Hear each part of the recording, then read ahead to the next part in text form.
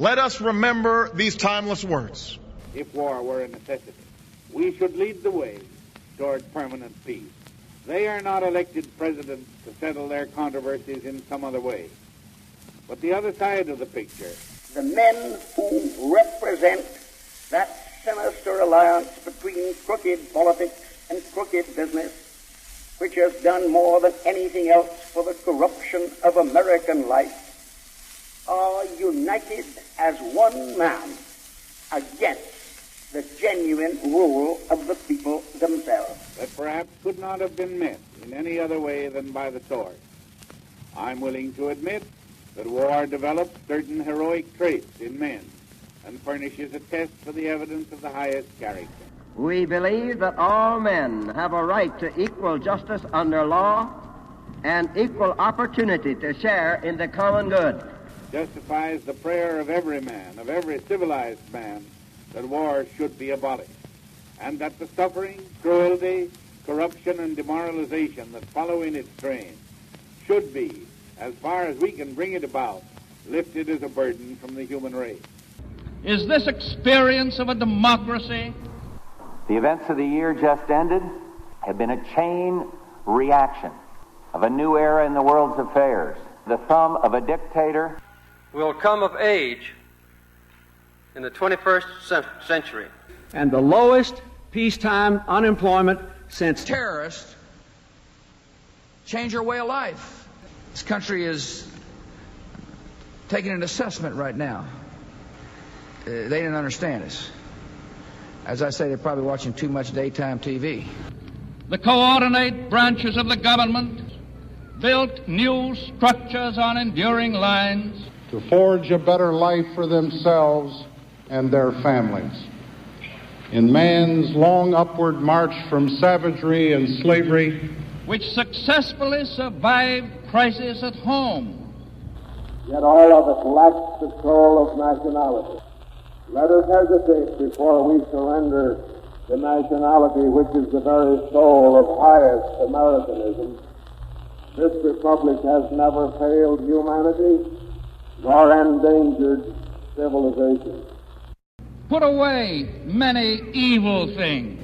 There have been many deep, terrifying valleys, but also many bright and towering peaks.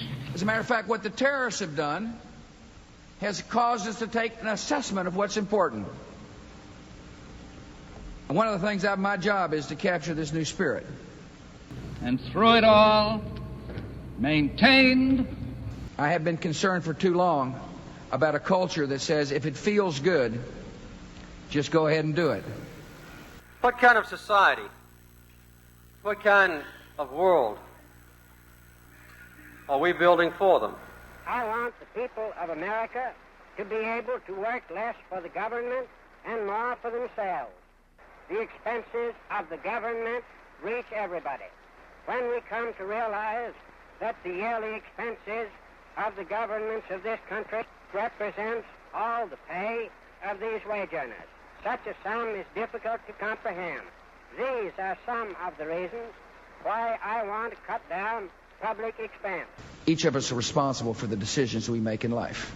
But the proposal to alter the whole foundations of our national life, which have been builded through generations of testing and struggle and of principle upon which we have made this nation, it is a contest between two philosophies of government. To halt this offensive buildup, a strict quarantine on all offensive military equipment is being initiated.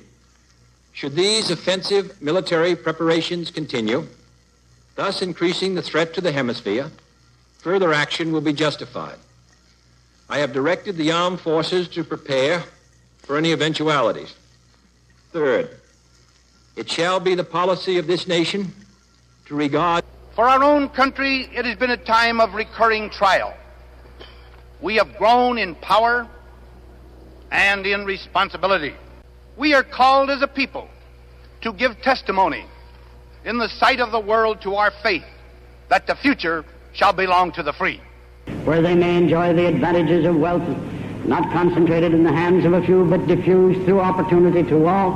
Where they may build and safeguard their homes, give to their children the full opportunities of American life. where every man shall be respected in the faith that his conscience and his heart direct him to follow. We must not ignore our problems, but neither should we ignore our strengths.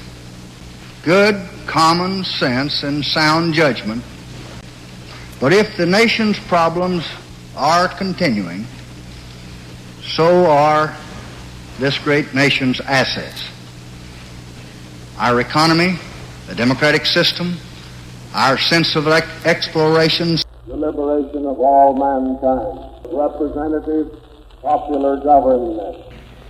Long before our forefathers came to these shores, men and women had been struggling on this planet to produce abundance and to share the good life fairly and with freedom.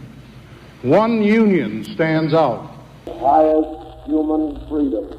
Nor is the country ever more susceptible to unselfish appeal or to the high arguments of sincere justice.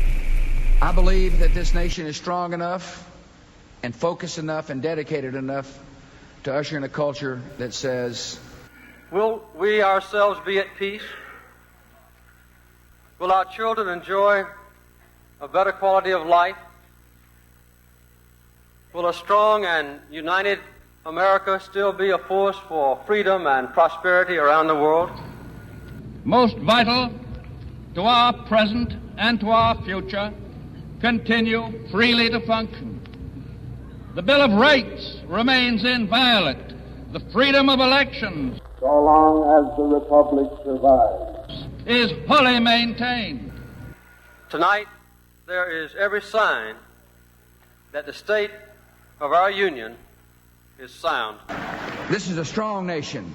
This is a compassionate nation. This is a decent nation. And this is a nation that will not let of what's important. The evil ones thought that we were weak. I shall ask not simply for more new programs in the old framework. I shall ask to change the framework of government itself, to reform the entire structure of American government so we can make it again fully responsive to the needs and the wishes of the American people. The promise of justice and opportunity for every citizen. We can close the gap between promise and performance in American government. We can bring together the resources of this nation and the spirit of the American people. Prophets of the downfall of American democracy have seen their dire predictions come to naught. Let it be said by our children's children that when we were tested, we refused to let this journey end. That we did not turn back, nor did we falter. And with eyes fixed on the horizon and God's grace upon us, we carried forth that great gift of freedom and delivered it safely to future generations. Who harbor the simple wish of a safe and financially secure future for their children. Tonight I shall present to the Congress 6 great goals. Make it again the servant of the people. Seldom have the stakes been higher for America. What we do and say here will make all the difference. The supreme need of our time is for men to learn to live together in peace and harmony. The peoples of the earth face the future with grave uncertainty, composed almost equally of great hopes and great fears. These are the unmistakable symptoms of an awakening.